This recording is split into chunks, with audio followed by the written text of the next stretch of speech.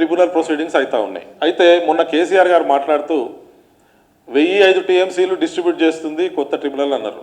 మరి ఇంత స్టడీ చేస్తారు కదా, ఆయన నదులకే నడక నేర్పిండి కదా. 1050 టీఎంసీ 1005 టీఎంసీ కాదు. నెంబర్స్ సరి చూసుకోండి ఒకసారి మీరు.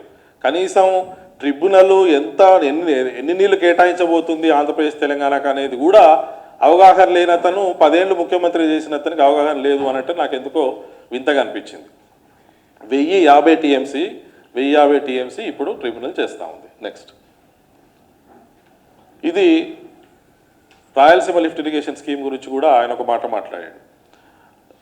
జరిగింది ఏంటంటే 5 మే 2020 జీవో ఇచ్చింది ఆంధ్రప్రదేశ్. రాయలసీమ లిఫ్ట్ ఇరిగేషన్ పెడుతూ 4 టీఎంసీల పర్ డే 4 టీఎంసీ నీళ్లు పోతిరెడ్డిపాటిని తీసుకుపోయేది 10 టీఎంసీ చేసేటందుకు జీవో ఇచ్చింది. ఇమ్మీడియట్గా గవర్నమెంట్ ఆఫ్ ఇండియా రెస్పాండ్ అయ్యి అప్పుడు కేఆర్ఎంబి 5 లెటర్లు డేట్స్ సహా ఇస్తున్నా. కేఆర్ఎంబి అంటే Krishna river management board, government of India institution. 5 సార్లు ఉత్తరం రాసింది ఆంధ్రప్రదేశ్కు, మీరు ఆపండి అని చెప్పి. వాళ్ళు ఆపలే. ఇమ్మీడియట్గా 5 ఆగస్ట్ 2020కి ఎపెక్స్ కౌన్సిల్ మీటింగ్ పెట్టాం. ఎపెక్స్ కౌన్సిల్ అంటే ఏపీ రీఆర్గనైజేషన్ యాక్ట్లో అదొక పర్మనెంట్ బాడీ. జలశక్తి మంత్రి చైర్మన్గా ఉంటాడు, 2 ముఖ్యమంత్రులు మెంబర్స్గా ఉంటారు. అది ఏ డిసిషన్ తీసుకుంటే అది final. AP reorganisation act parliament pass చేసిన యాక్ట్. 5 ఆగస్టుకు పెట్టింది ఎందుకంటే 10 ఆగస్టుకు టెండర్ ఓపెన్ అవుతుంది. 15 ఆగస్టు వరకు వర్క్ ఆర్డర్ ఇచ్చేస్తారు. ఈ లోపల ఎపెక్స్ కౌన్సిల్ మీటింగ్ పెడితే మీకు న్యాయం జరుగుద్ది తెలంగాణకు అనే ఉద్దేశంతో భారత ప్రభుత్వంలో అప్పుడు నేను కూడా ఉన్నా కాబట్టి మేము పెట్టినాం apex council meeting. Telangana chief secretary నుంచి ఉత్తరం వస్తుంది, మా ముఖ్యమంత్రి గారు ఆగస్టు 25 వరకు బిజీగా ఉన్నారు, చాలా కార్యక్రమాలు ఉన్నాయి ఆయనకు, 25 ఆగస్టు తర్వాత ఎప్పుడైనా పెట్టండి. దాంతో మేము దేవుడా అంటూ మూవ్ చేసి 6 అక్టోబర్కి పెట్టినాం. ఫైనల్గా 2 ముఖ్యమంత్రులు డేట్స్ తీసుకొని.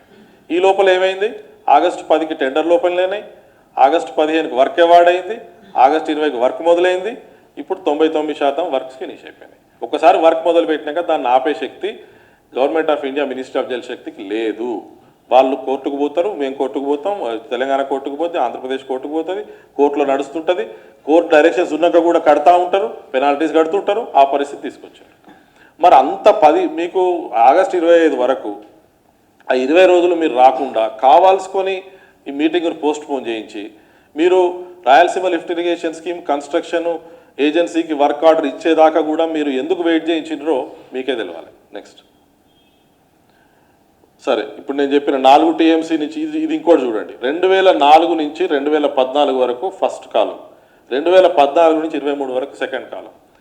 అంతకుముందు 2004 నుంచి 14 వరకు కాంగ్రెస్ ప్రభుత్వంలో 4 టీఎంసీలు నీళ్లు అన్యాయంగా ఇల్లీగల్గా పోతిరెడ్డిపాడు నుంచి శ్రీశైలం బొక్కబెట్టి తీసుకపోతే గత 10 ఏళ్లలో బీఆర్ఎస్ గవర్నమెంట్ ఉన్నప్పుడు 4 టీఎంసీ పర్ డే చోరీ కాస్త 10 టీఎంసీ పర్ డే అయింది. అంటే గత 20 ఏళ్లలో కాంగ్రెస్ ప్రభుత్వం 10 ఏళ్ళు, బీఆర్ఎస్ ప్రభుత్వం 10 ఏళ్ళు, 20 ఏళ్లలో తెలంగాణకు చేసింది ఇది. వాళ్ళు వీళ్ళనంటారు, వీళ్ళు వాళ్ళనంటారు. మేమేమో కేంద్రంలో ఉండి మేము సహాయం చేస్తానికి మేము ముందుకు వస్తాం, కానీ మమ్మల్ని అవసరం ఉన్నప్పుడే అవసరం ఉన్నా లేకున్నా వాళ్ళ పొలిటికల్ దీనికి అనుకూలంగా మమ్మల్ని తిడతారు. వీళ్ళు చేసిన నిర్వాహకం ఇది. నెక్స్ట్, సో ఇప్పుడు ఇంకోటి చూడండి. సంవత్సరం వైజ్ 2004-05 నుంచి 24-25 వరకు ప్రతి సంవత్సరము ఇల్లీగల్గా పోతిరెడ్డిపాడు ద్వారా పోయిన నీళ్లు చూడండి. 727 టీఎంసీ నీళ్లు కాంగ్రెస్ ప్రభుత్వంలో పోతే 907 నీళ్లు పోతిరెడ్డిపాడు ద్వారా బీఆర్ఎస్ ప్రభుత్వంలో పోయినాయి.